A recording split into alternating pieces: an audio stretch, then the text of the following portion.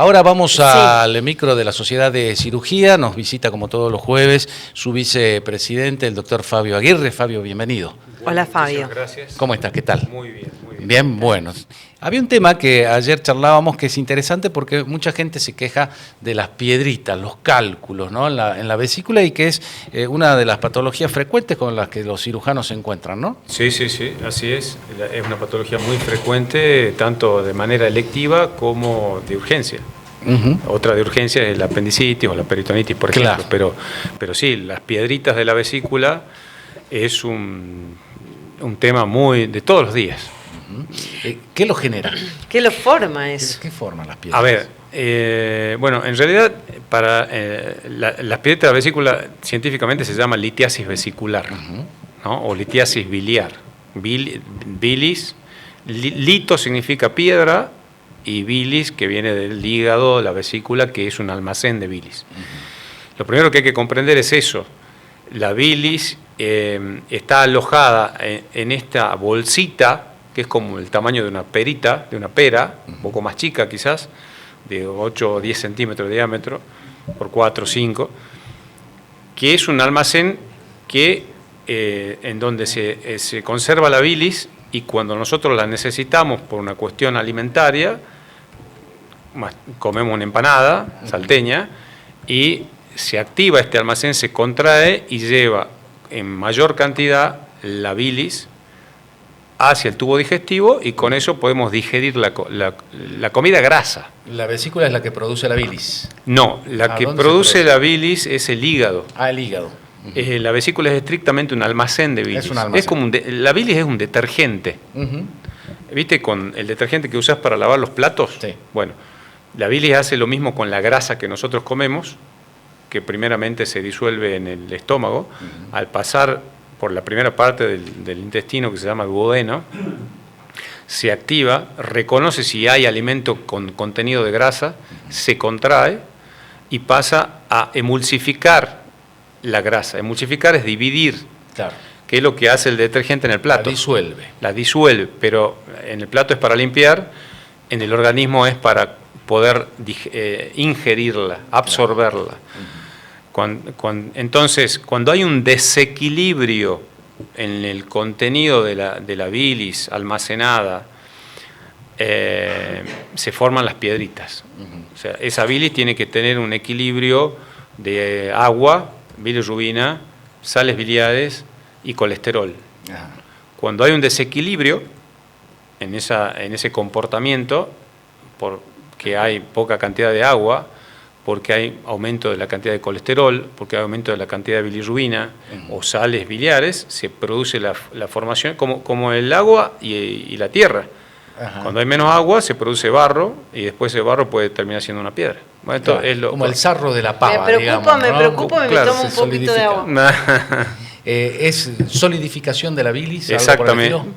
Lo podemos sintetizar de esa manera. De esa manera, para que la gente también lo entienda. Totalmente. Y no hablemos en tanto. ¿En quiénes se dan? Y precisamente vos que decís, la mujer se da las mujeres son las más afectadas. ¿Ah, sí? Sí. En relación a los hombres, la mujer en edad fértil, mayores de 40, y con cierto sobrepeso u obesidad. De ahí vienen las 4 F en inglés: fat, 40, female, fértil. Es sobre todo porque hay como la grasa está atacando ahí fuerte. ¿No da abasto el cuerpo a procesar esa grasa que ingresa? En el embarazo, por ejemplo, hay una alteración en la velocidad, digamos, de formación de la bilis y de vaciamiento, y se produce un éxtasis. Ese éxtasis significa que hay un enlentecimiento en esa evacuación, y eso favorece a ese desequilibrio, por lo cual hay mayor cantidad de colesterol y de bilirrubina, sales biliares, con menor contenido de agua, porque el agua se va a otro lado que necesita la madre y el bebé que está creciendo dentro de su panza, y se forma este éxtasis. Y esto en el mismo embarazo se pueden formar piedritas. Bueno, ¿y cuáles son las similitudes y diferencias con los cálculos renales? La gente por ahí se da cuenta porque le duele al orinar, ¿no? Por ejemplo. Pero en los cálculos biliares, ¿Son diferentes? Son totalmente diferentes en sus compuestos químicos, Ajá. digamos. Son cálculos de calcio, hidroxiapatita, son otro tipo de material químico, y por eso se los puede llegar a ver en una radiografía común. Ajá. A los renales. A los renales. A los vesiculares no se los ve. Ni siquiera se los ve en una tomografía. Porque la gente por ahí viene y dice, no, me hicieron a mí la tomografía. No. El diagnóstico fundamental y es la ecografía. Se hace con la ecografía. ¿Y cómo te das cuenta que tenés cálculos biliares? Si es tan difícil detectarlo, ¿cómo se manifiesta el organismo? Puede ser accidentalmente por algún control ecográfico. Ajá. O bien cuando ya comenzás a tener síntomas. Síntomas que son dolor debajo del reborde costal derecho, porque ahí está ubicada la vesícula. De las costillas. Sí, debajo de la costilla del lado derecho, que es un dolor que puede mantenerse ahí, es de tipo cólico, es decir, que cuando aparece, no desaparece fácilmente, sino que se eleva y baja, pero no al nivel de normalidad, y siempre está ahí presente. Molesta siempre. Molesta, y si ese dolor está relacionado con una ingesta de lo que decíamos hace rato, que tiene alto contenido de grasa, llámale un asado, una empanada, un locro, etcétera, y es de cajón, como decimos nosotros, que es probable que sean las piedritas de la vesícula. Ajá. Y a veces después podés tener otro. ¿Y es por este motivo? No, el vómito, la cefalea, la fiebre, que puede tener un paciente asociado, son síntomas que nosotros les llamamos inespecíficos, es decir, Ajá. Son generales. A vos te puede doler la cabeza por muchísimos motivos. Podés vomitar por otros muchos motivos, y no estrictamente. Puede ser parte del comportamiento. Ajá, bien. Pero más habla de la intensidad del cuadro que de que sea por sí la vesícula. Doc, a las personas que no tenemos... estaba segura, ella no sé. No tenés las que no 4F. tenemos, que no tenemos las 4F, que no tenemos cálculo. No, la pregunta es qué hacer, cómo prevenir, cómo cuidar la salud para que no pase, para no lleguemos a tener que ir a una intervención quirúrgica. Y bueno, en realidad yo creo que comer saludable y tomar abundante cantidad de agua es fundamental. ¿El ejercicio ayuda? El ejercicio ayuda, no porque estrictamente vaya a tener que ver de manera directa con evitar la formación, pero sí es parte de mantener ese equilibrio que hablábamos hace rato. Tampoco quiere decir que si vos comes sano y tengas la predisposición de tener piedrita, igual la vas a tener. Claro. Pero si te cuidás... ¿Y cómo? Sí. Es muy probable que ande, claro, Doc, que no la tengas. ¿Cómo se trata? Porque usted habló aquí en el programa que es una de las operaciones más frecuentes que ustedes tienen en el ámbito público, en el privado. Así es. Hoy por hoy no hay un tratamiento médico eficaz para la litiasis biliar o las piedritas de la vesícula, hay que operar.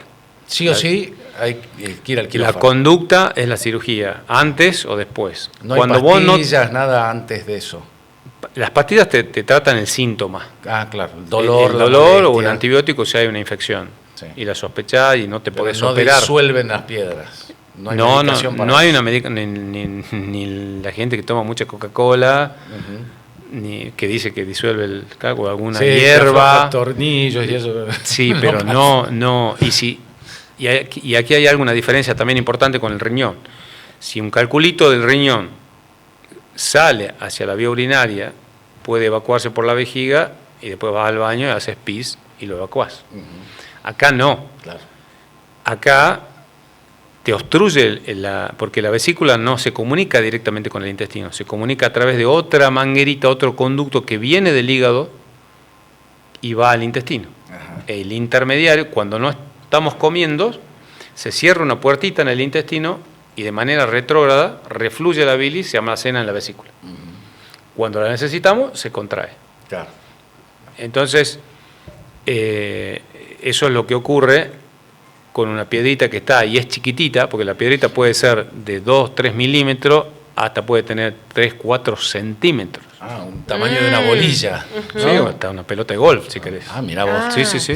Doc, ¿estas cosas pasan porque el cuerpo es imperfecto o porque hay hábitos de esta era, de esta época, que nos han generado tipo de emergentes? Primero termino de decirte el mensaje de hace rato. En diferencia al riñón, esta microlitiasis que mide menos de, o sea, de 1 centímetro, que son milimétricas, pueden pasar a esta manguerita que es la vía biliar, obstruir el paso de la bilis desde el hígado, que ya es mucho peor, es más grave. Esa bilis vuelve al hígado, pasa a la sangre y el paciente se pone amarillo. Ajá. Por eso es la ictericia, o cuando uno tiene una hepatitis, es algo parecido sumado a otras cosas. Claro, claro. ¿Puedes llevar a la muerte? Una complicación, sí. Sí. Una complicación, ¿Y sí. cuando O les- te produce una pancreatitis, por ejemplo, Mirá, grave. Cuando le sube la bilirrubina. Exactamente. Eso se llama Decía hiperbilirrubinemia. Juan El Luis paciente. Guerra, ¿no? Le sube la bilirrubina. Sí, sí, así es. ¿Cuál es la técnica para operar? No, pero yo le había preguntado Sí, si, sí. antes Tenés que nos razón, vamos, tenés razón. si el cuerpo, porque siempre me pregunto las cosas que pasan, o con la reproducción, o bueno, con tantas cosas que pasan con los cuerpos, ¿no? ¿O qué puedo hacer yo, digamos? Para... No, le pregunto Dame. si el ser humano es perfecto o no. Esa es la pregunta, es filosófica.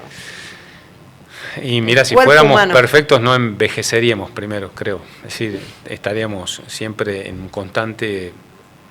si bien hay mecanismos de autorregulación y de que la célula vuelva con distintos mecanismos a arreglar todo lo que está ocurriendo adentro del cuerpo, seguimos envejeciendo, seguimos siendo, si bien se están haciendo cosas nuevas hoy en día para ello, y hay un montón de medicamentos que se están utilizando, la célula va a envejecer y en ese camino va produciendo distintas alteraciones. Claro. Perfectos no somos, sino creo que viviríamos muchos años más, biológicamente o físicamente. Pero mientras tanto creo que hay muchas cosas que se pueden hacer. Lo que pasa es que por ahí las cosas que hay que hacer son las que menos nos gustan, porque tenés que dejar de comer una torta, sí, tenés que comenzar a decir Ponerse que no a límites, algunas cosas. Sí. Claro. Preguntaba Fabio respecto de la forma quirúrgica, la técnica, es a través de la laparoscopía, ¿cómo trabajan hoy? Hasta alrededor de 1980, en la década del 80 al 90, acá en Salta estoy hablando, no existía lo que era la videolaparoscopía y a partir de esa década comenzó a surgir. Hoy el estándar de oro que se dice en medicina para tratar las piedritas en la vesícula es la colecistectomía laparoscópica, es decir, que significa sacar la vesícula por laparoscopía. La laparoscopía es introducir una óptica por el ombligo que mide 30 centímetros de largo la óptica, pero 1 centímetro de diámetro, o sea, como una virome, pero larga, larguísima, con una incisión del mismo tamaño, una herida del mismo tamaño, y vos con eso entrás, tiene una fuente de luz y una cámara, entonces vos entrás por el ombligo, pero estás mirando un monitor, así como nos vemos acá. Por el ombligo se ingresa para... Se ingresa por el ombligo porque o sea, es el centro del abdomen. Claro. Y si más o menos desarrollas una buena técnica después y tenés una buena cicatrización, después no se nota nada. A veces se nota menos que el piercing. Sí. Menos que el piercing.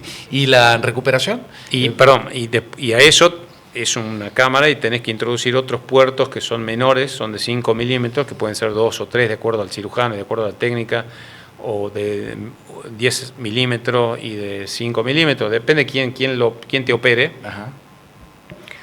Y lo que terminás haciendo, para no ser tan largo, es sacar la vesícula con las piedras. No sé, porque mucha gente me pregunta, doctor, ¿y me va a sacar las piedritas solamente? No, si yo saco la piedra tengo que abrir esa bolsita que es la vesícula, sacar las piedritas y volver a cerrar la vesícula, y de eso, de volver a cerrar la vesícula, puede perder bilis, se pierde bilis a la panza, a la cavidad, tengo que volver a entrar, tengo que reoperarte para sacarte la vesícula, o sea. Claro. ¿Y se puede vivir bien sin vesícula? Tranquilamente. Ya una persona que ya tiene piedritas en la vesícula, ya hay un mal funcionamiento de ese órgano. Ajá. Entonces, de entrada vos pensás que, ¿para qué lo quiero resguardar? Si no, lo voy a necesitar. Y se suple muy bien, estrictamente con esa manguerita que decíamos, que se ensancha un poquito después de sacar la vesícula, y se va ensanchando con la edad también, que hablamos recién, para suplir ese almacén que es la vesícula. Entonces, con este ensanchamiento, la vía biliar, que es esta manguerita que comunica el hígado con el intestino, va aceptando mayor cantidad de bilis entre comida y comida. Se va adaptando el organismo. Se va adaptando el organismo. Bien. Bueno, antes del cierre, ya estamos sobre la hora, ¿se han reunido con el presidente del IPS? Tuvimos una reunión exactamente hace una semana. Esta semana creo que fue, ¿no? No, al principio de esta semana. Sí. Sí, primera reunión con Baccaro hace 3 meses y medio. Personalmente me hubiera gustado que ya tengamos una respuesta de la factura única. No la hubo, pero bueno, tenemos que brindar por el nuevo diálogo. Es la primera vez que un interventor, un presidente, los recibe 2 veces ya, ¿no? Exactamente. Claro, ya. Y tenemos que, digamos, valorar que también hemos pedido que, de acuerdo a lo que nos hemos puesto de acuerdo y con las nuevas notas y que necesita el IPS para aclarar y darle forma ética, legal y por escrito a estos pedidos, volver a juntarnos en un plazo no máximo de 2 semanas para concluir estas primeras reuniones. En principio hubo acuerdo de parte Peticiones del titular acompañó su solicitud de sí. generar una única factura por el organismo, por la asociación. Exactamente, ese es uno de los temas a tratar. Después hay... Buscarán la forma de mejor de hacerlo. Pero eso sí aceptó Martín Baccaro. Sí, sí lo aceptó.